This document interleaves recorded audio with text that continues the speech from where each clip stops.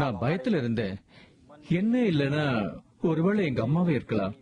அப்படி எங்க அம்மாவும் இல்லைன்னா ஒருவேளை என்னோட தம்பி இல்ல தங்கச்சியா இருக்கலாம். ஒருவேளை அவர் அவங்க எல்லாரையும் கொண்டுட்டா நான் அவங்க பொணங்களை பார்க்க வேண்டியிருக்கலாம். எனக்கு ரொம்ப படபடப்பா இருக்கு.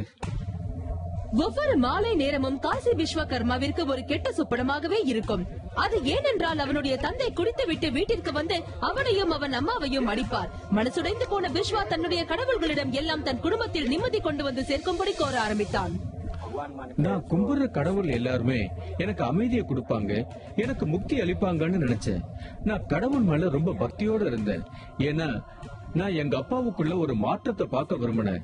அவர் குடிக்காம வீட்டுக்கு வரணும், அவர் என்ன நல்ல விதமா நடத்தணும்னு நினைச்சேன்.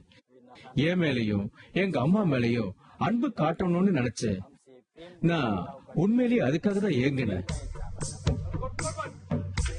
ஆனால் இரவு வந்ததுமே அதே மோசமான விஷயங்கள் பிஸ்வாவின் வீட்டிலேயே அரங்கேறும். பிஸ்வா வளர்ந்து தேயிலை தோட்டங்களில் வேலை தேடிக் கொண்டான். ஒரு நாள் பிஸ்வாவின் அப்பா அவரிடம் ஒரு பாட்டில் மதுபானம் வாங்கி வரும்படி சொன்னார். அவனுடைய அப்பா அவனிடம் முதல் முறையாக இப்படி கேட்டுள்ளார். அவனும் ஒரு பாட்டில் வாங்கி வந்தான். நான் வீட்டுக்கு திரும்பி வரும்போதுதான் இந்த மதுபானத்துல அப்படி என்னதான் இருக்கும், எங்க அப்பா இதை அந்த அளவுக்கு விரும்பி குடிக்கிறாருன்னு யோசிச்சுக்கிட்டே இருந்தேன். ஒரு துளி மதுபானத்துக்காக அவரை எதை வேணும்னாலும் விட்டு கொடுக்க தயாரா இருக்காரு.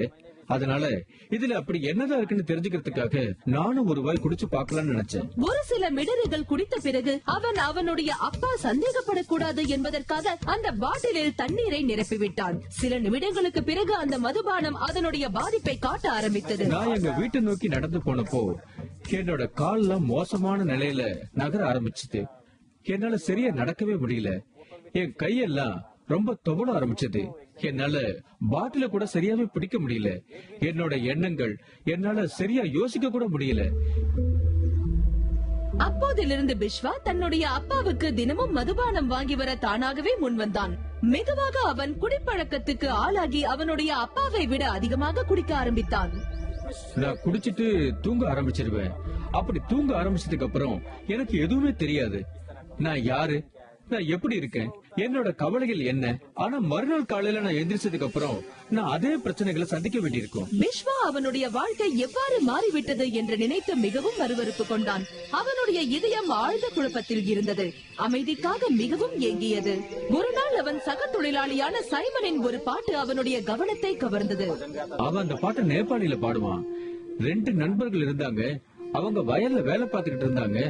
ஒருவன் கொண்டு செல்லப்பட்டான், மற்றவன் அங்கே விடப்பட்டான். அதனால் அவன் அழுது கொண்டிருந்தான். பிஸ்வா அந்த பாட்டுக்கு அர்த்தம் என்னவென்று சைமனிடம் கேட்டபோது அவன் மிகவும் ஆர்வத்தோடு விளக்கி சொல்ல முன் வந்தான். அதுக்கு அர்த்தம் என்னன்னா, 2 நண்பர்கள் இருப்பாங்க. அவங்க வயல்ல வேலை பார்த்துக்கிட்டு இருப்பாங்க. அப்போ இயேசு வருவாரு.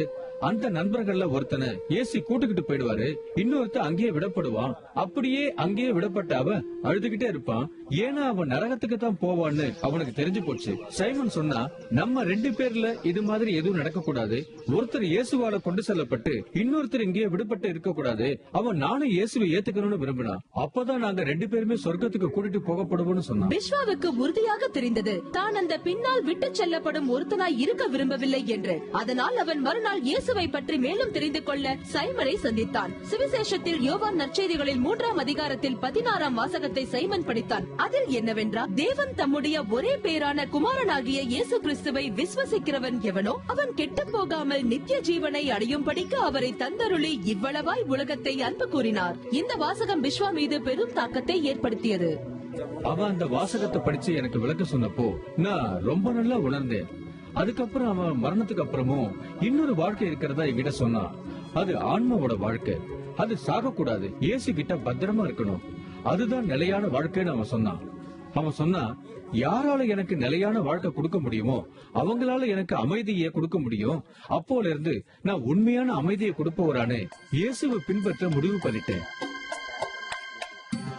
வீட்டு சூழ்நிலை அதிகமாக மாறாத பட்சத்திலும் பிஸ்வா அவனுடைய இதயத்தில் இயேசுவின் அமைதியை உணர்ந்தான். நாட்கள் செல்ல அவன் சுவிசேஷத்தை தொடர்ந்து வாசித்துக் கொண்டிருந்தான். அவன் எவ்வளவுக்கு எவ்வளவு இயேசுவை பற்றி படித்தானோ அந்த அளவிற்கு அவனுடைய அமைதியின்மையும் அவனுடைய பழக்கங்களும் சடாரென்று மறைந்து விட்டன. அப்பொழுது நான் தேவாலயத்துக்கு போக ஆரம்பிச்சேன். நான் குடிக்கிறத முழுசாவே நிறுத்திட்டேன். ஏன்னா இயேசு கிறிஸ்துவை மீட்பர், நிஜமான அமைதி அளிப்பவர் என்றால் நான் அவரை பின்பற்றி போகணும், அவரை மாதிரி இருக்கணும்னு நினைச்சேன். அவர்தான் எல்லாமே.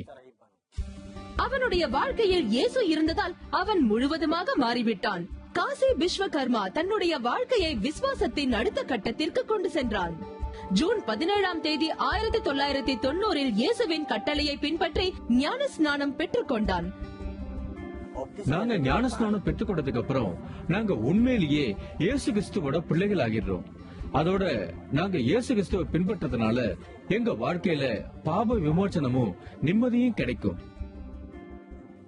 அவன் இயேசுவுடனான தன்னுடைய உறவை வளர்த்துக் கொள்ள ஆரம்பித்ததும் விஸ்வகர்மா இயேசுவின் நற்செய்திகளை தன்னுடைய குடும்பத்துடன் பகிர்ந்து கொள்ள ஆரம்பித்தான். இயேசுவிடம் தங்களுடைய இதயங்களை அர்ப்பணித்த பிறகு அக்குடும்பம் அவர்களுடைய வாழ்க்கையில் நிம்மதியையும் அன்பையும் உணர ஆரம்பித்தது. இயேசு கிறிஸ்து என்னை காப்பாத்தினாரு. அவர்தான் என்ன பாவங்களோட பிடியிலிருந்து வெளியே இழுத்தாரு. அவர் என்ன மீட்டு எனக்கு ஒரு புதிய வாழ்க்கையை அமைச்சு கொடுத்தாரு. எனக்கு அமைதியை கொடுத்தாரு. அதனால நான் இயேசுவுக்கு என்னோட நன்றியை தெரிவிச்சுக்க விரும்புறேன்.